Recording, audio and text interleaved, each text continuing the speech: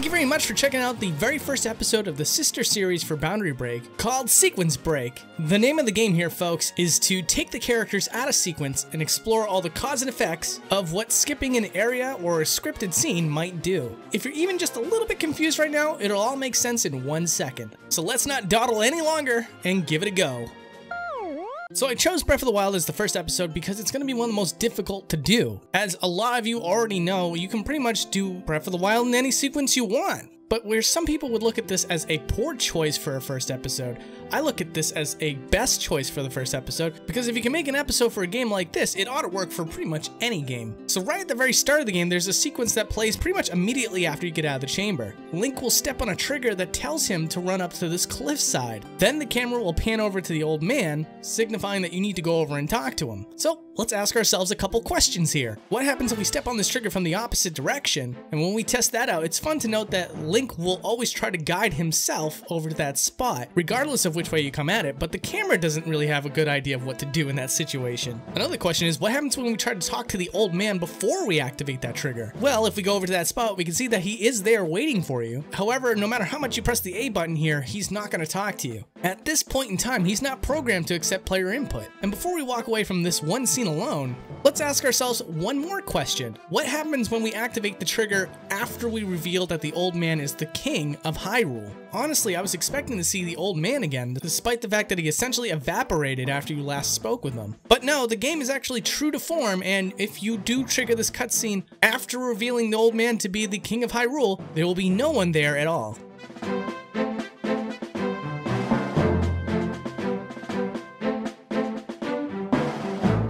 The Sheikah Slate is a pretty important tool in the Breath of the Wild, and it should be noted that you're not normally allowed to leave the chamber whatsoever until you grab that Sheikah Slate. But since we have that option, let's look at one example of what happens when you don't have the Sheikah Slate and you go up to a shrine or tower without it. Well, funny enough, Link will actually go and grab nothing at all. He's going to pretend he has a Sheikah Slate in his hand, but the second that he places the Sheikah Slate inside of the slot, that's when the game takes over and loads a Sheikah Slate to have one represented.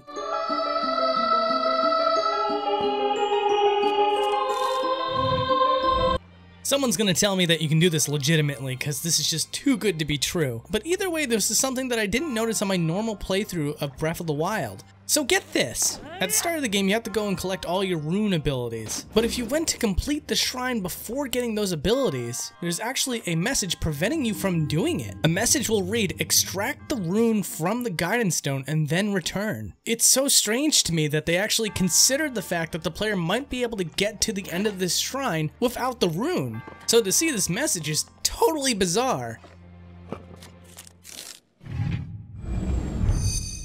So let's talk about the Divine Beast for a moment. Now, the game demands of you, the player, to reach out to these various civilizations throughout Hyrule, and with the aid of a descendant, make your way inside of the Divine Beast. Going inside of the Divine Beast without their help is impossible. So let's break that sequence and see what happens when we go inside of the Divine Beast without going through the proper channels. The first one we'll try is the one with the Zora domain. And no matter what angle you come at with this Divine Beast, this one in particular has its own shield that repels Link away. So we're not going to be able to go inside of this particular Divine Beast to see what happens. However, the one in Gerudo Desert's a different story. This Divine Beast has a defense in which it tries to kill Link with electricity. We're not affected by that. So if we take Link inside of the Divine Beast now, we can see that it's essentially gutted out. There are some cubes that aren't meant to be seen by the player, but all in all, the answer to the question of what happens if you break the sequence of getting other characters' help before going inside of the Divine Beast has been answered. It essentially does not load the Divine Beast area that you're supposed to explore.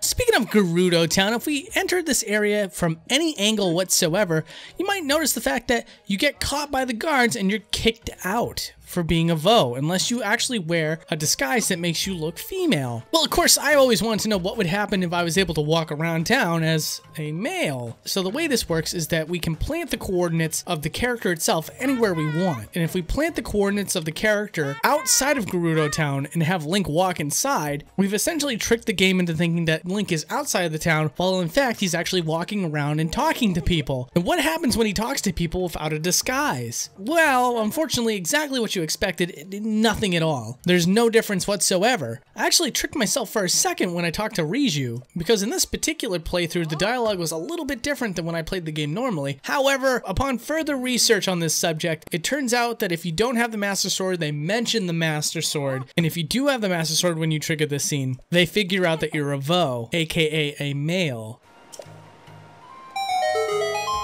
So here's a fun little sequence break. What happens if we avoid the trigger inside of the Great Deku Tree area? Normally, there's supposed to be a little cutscene that plays out where Link sees the Master Sword and the camera zooms in on it. This then sends a special code to the Master Sword itself, and when you press the A button near the Master Sword, you have to have 13 hearts in order to pull the sword out. However, if we avoid that trigger altogether, you don't have to do any of that. You can just pick up the sword willy-nilly. Why not? Sorry, so we just pulled out the Master Sword like it was nothing. What happens now if we try to pull the Master Sword out after the Great Deku Tree cutscene? Well, we already pulled out the Master Sword. There's nothing there. However, you've never fulfilled that prompt. So, Link starts pulling out nothing. And after you pull out the Master Sword, well, things start to get a little bit ridiculous. Link then proudly shows a handful of air, then starts throwing his fists around like a madman. It's pretty pathetic, but how can you not love it?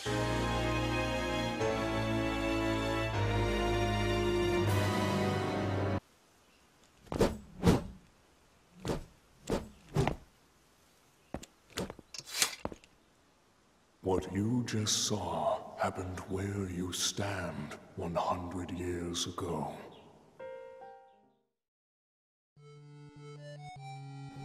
Guys, thank you so much for watching the very first episode of Sequence Break. I'm so excited about this. I've, thought about doing something like this for a while, and it wasn't until Swanky Box approached me and told me about this idea that I finally got off my butt and started doing something like this. So I hope you enjoyed it.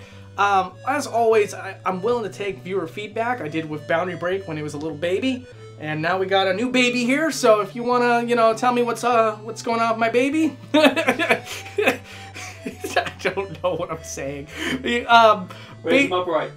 Yeah, we gotta raise this boy right. So if you have any suggestions on how to make the show even a little bit better, feel free to leave some feedback down below. If you just loved it the way it was, feel free to let me know. I'm always willing to take feedback from the viewers and make it the show that you guys want to see.